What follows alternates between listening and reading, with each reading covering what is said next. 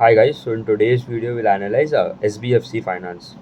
So SBFC Finance, they are into your MSME lender है NBFC है that is present into MSME lending करते हैं. मतलब ये जो स्मॉल बिजनेस लोन्स हो गए, आपके किराना स्टोर वाले को लोन देते हैं, कोई आपको फैक्ट्री सेटअप करना है तो उसके लिए आपको लोन देंगे, ऑफिसेज हो गए, शॉपकीपर लोन्स जैसे बोल सकते हैं. And they cater mostly in semi urban to rural areas में. और जो मनी बॉक्स जो फाइनेंस था वो भी एक एमएसएमई लेंडर है, बट वो प्योरली मतलब देखिए तो रूरल एरियाज में सबसे ज़्यादा प्रेजेंस है. एंड 5 स्टार बिजनेस भी है, that is also into similar category as SBFC finance. तो SBFC is present in around 16 states and they have around 192 branches रफली. एंड उनका जो बुक है पूरा almost 99% of the book is secure, तो ये अच्छा बात है. वेर एज द दूसरा जो कॉम्पिटिटर मनी बॉक्स का अराउंड 32-35% ही है सिक्योर्ड. 5 स्टार का भी around 100% is secured, 5 star business का भी. तो देयर AUM का size around 7,700 crores and the AUM growth for this quarter was around 33%. मतलब एक साइड देखेंगे तो पूरा माइक्रो फाइनेंस सेगमेंट जो है वहाँ पे प्रॉब्लम्स है. मतलब all the players like credit axis ग्रामीण हो गए, अरमान फाइनेंशियल्स हो गए, उनका AUM का ग्रोथ है स्लो डाउन 5-6-10% के आसपास आ गया ग्रोथ, सिंगल डिजिट भी हो गया. डिसबर्समेंट तो ग्रोथ ही नहीं आ रहा है इनका भी, अराउंड डिसबर्समेंट डिग्रू 4% हुआ है. एंड डिसबर्समेंट बेसिकली है ना, मतलब it tells you how the future AUM will look like. तो मतलब जितना डिसबर्समेंट भी मतलब tells in a good environment disbursements are usually 20-30% के आसपास ही होते हैं फॉर MSME लेंडर्स. एंड इनका जो एवरेज टिकट साइज है, मतलब एक कस्टमर जो लोन लेता है MSME लोन का average ticket size around 9.3 lakhs के आसपास है. एंड उनका जो लैग वाला सेगमेंट है, lag is basically loan against gold. आप गोल्ड मॉर्गेज रखोगे उसके अगेंस्ट आपको लोन मिलेगा, दैट इज अराउंड 90,000 के आसपास. दो सेगमेंट है, एक MSME वाला एंड एक लैग वाला. MSME contributes to around 84% of the AUM, 84% of the book. And lag वाला जो लोन अगेंस्ट गोल्ड है दैट contributes to around 16-17%. फिर इनका जो रिटर्न ऑन एसेट्स थे that were around 4.56% versus 3.84% YOY. And return on equity was around 12%, 12.6% versus 10.4%, वहाँ पे improve हुआ है. एंड इनका जो पैट था, profit after tax, that grew around 60% YOY. Degrowth ही निकल रहा है क्योंकि सब माइक्रो फाइनेंस इंस्टीट्यूशन में सबका ट्रैक किया था तो सबका लॉस ही आया, डी ग्रू ही हो रहा था पैट अभी. And then their yield is basically the rate at which SBFC will lend to its customers, so that is around 17.7% versus 16.8%. And cost of borrowing is the rate at which SBFC has to borrow money from other banks, other NBFCs, so that is around 9.3% versus 8.6% YOY. Spread is basically your yield जो आपने जो rate पे आपने land किया minus cost of boring is basically the rate at विच जो rate पे आपने yield basically the rate at which you lend, cost of borrowing is the rate at which you have to borrow money. So yield minus the cost of borrowing comes down to spread was around 8.4% was 8.3%. spread भी improve है थोड़ा. फिर जो आपका जो asset quality में जो GNP है that is your gross non performing assets, that were around 2.7% versus 2.3%. And net non performing assets were around 1.6% versus 1.3%. मतलब दोनों में थोड़ा एसेट क्वालिटी खराब हुआ है. मतलब जितना कम होता है उतना बेटर है GNP एसेट क्वालिटी पैरामीटर से. फिर उनके जो 1+DPD is basically DPD stands for days past due.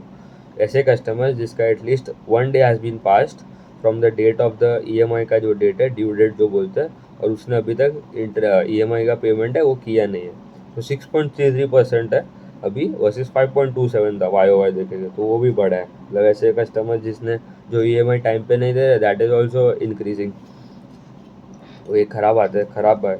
And the collection efficiency देखेंगे तो that is around 98% versus 97.5% YOY. Collection efficiency improve है. कलेक्शन एफिशिएंसी बेसिकली क्या होता है, इफ़ यू आर इफ़ आप एक लेंडर हो तो आप आपने आपने सब कैलकुलेशन करके आप you think that this month in EMIs you will collect around 100 rupees cumulative from all customers, but you get only 98 rupees, तो your collection efficiency 98%. Credit cost basically था योर प्रोविजंस आपने जितने किए divided by your total assets. तो credit cost भी that rose to around 1.03% हो गया versus 0.86 quarter and quarter बोल रहा हूँ, मतलब थोड़ा अच्छा मतलब इंक्रीज हो गया, तो ख़राब है ये भी। मतलब ऐसे तो सबका ऑल कंपनीज में प्रॉब्लम्स हो रहे हैं एनबीएफसी में। एमएसएमई लेंडर हो गए आपके, माइक्रो फाइनेंस लेंडर हो गए, बड़े बड़े प्लेयर्स भी हो गए। खाली हाउसिंग फाइनेंस सेगमेंट जो है मतलब that is doing good. Micro finance में प्रॉब्लम है, अनसिक्योर्ड वाला जो बेसिकली सेगमेंट है उसमें प्रॉब्लम्स आ गए सब कंपनीज में। तो फिर दे आर जो ब्रांचेज है उनके 192 ब्रांचेज में से the south part of India से साउथ इंडिया में मतलब वहाँ पे कर्नाटका, तमिलनाडु, तेलंगाना, वहाँ से मतलब सबसे ज़्यादा अराउंड कंट्रीब्यूशन आता है। तो around 67 branches in south part of India में। नॉर्थ में अराउंड 55 ब्रांचेज है। Western part of India they have around 46 branches, और ईस्ट में सबसे कम प्रेजेंस है, that is around 24 branches. Company का जो गाइडेंस है, they company want to grow their AUM 5 to 7% quarter and quarter. Y O Y नहीं बोल रहा, क्वार्टर एंड क्वार्टर ऐसा बोला है। मतलब अगर कैलकुलेट करके भी अगर देखे Y O Y, it comes down to around 25 to 30% के आसपास, तो ये भी अच्छा है। Guidance they have not change, क्योंकि 5 स्टार बिजनेस जो था उन्होंने अभी गाइडेंस चेंज। 5 स्टार ने बोला था कि पहले they would grow by around 30%, Q1 में बोला था। Q2 में कॉल हुआ, रिजल्ट तो अच्छा था, 34% के आसपास ही ग्रो किया उन्होंने AUM का ग्रोथ। फिर कॉन कॉल जब भी हुआ, they they change the guidance to 25% कर दिया। इसलिए स्टॉक को ही सीधा मतलब next day stock was I think down around 7-8%। देखना पड़ेगा, क्योंकि गाइडेंस ऐसे एनवायरनमेंट में जो कंपनी मतलब they will stick to their guidance and they will not change, they will be rewarded compare to the company that goes into problem और revises it guidance downward. Trajectory देखना है, ऊपर जा रहा है कंपनी कि नीचे जा रहा है, मतलब ग्रोथ उनका। फिर क्रेडिट कॉस्ट का गाइडेंस है टू बी अराउंड 0.8 to 1%, अभी कितना है अराउंड 1% का आसपास, ठीक है। फिर ग्रॉस नॉन परफॉर्मिंग एसेट जो होता है दैट उसका गाइडेंस है टू बी लेस देन 3%, अभी अराउंड 2.7% के आसपास है, तो इट इज़ वेल मैनेजेबल, मतलब रेंज में ही है। एंड उनका जो ओपेक्स टू AUM होता है, ओपेक्स इज बेसिकली और operating expense divided by total AUM, मतलब वो एक कॉस्ट का पैरामीटर है, मतलब कंपनी कितना खर्चा कर रहा है और कंपनी कितना एफिशिएंट है इन मैनेजिंग इट्स ऑपरेशंस। तो उनका अभी ये टाइम था अराउंड 4.6% है opex to AUM versus 5.2% YOY। And company ने बोला है कि हर year we will decrease the opex, मतलब ओपेक्स का जो कॉस्ट है it will drop by 50 points, मतलब 50 बेसिस, मतलब 0.5% कम होएगा एवरी ईयर। तो मतलब अभी अराउंड 4.6 है, तो ये साल अराउंड 4 हो जाना चाहिए, नेक्स्ट ईयर के आसपास 3.5 के आसपास हो जाना चाहिए। एंड कमेंट्री तो बेसिकली इनका जो एवरेज टिकट साइज है वो बड़ा है, क्योंकि उसमें मतलब बड़े टिकट साइज में थोड़ा कम प्रॉब्लम होता है।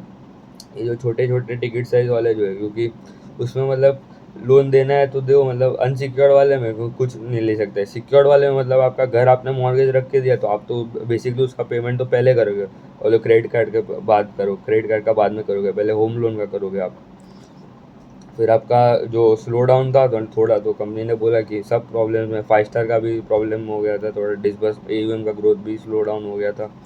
एंड उनका जो अप्रूवल रेट होता है लोन का, मतलब अभी आपने 100 आपके कस्टमर्स का आपने अभी ये टाइम का लोन अप्रूव कर दिया 100% ऐसा मतलब। तो next time you are doing around 95 to 97% बोलना, 93 to 95%।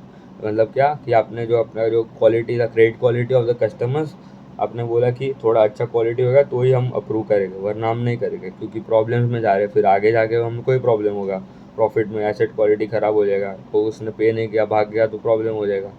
इसलिए थोड़े क्रेडिट क्वालिटी स्टैंडर्ड्स भी बढ़ाए उन्होंने। सब कंपनियां भी वही कर रहे हैं, सिक्योर्ड पार्ट में ज़्यादा फोकस कर रहे हैं। फिर उन्होंने जो फिर क्रेडिट को अप्रूवल रेट, रिजेक्शन रेट जो होते हैं कस्टमर्स के, वो भी बढ़ रहे हैं। ठीक है, उतना ही रखते हैं। Thank you.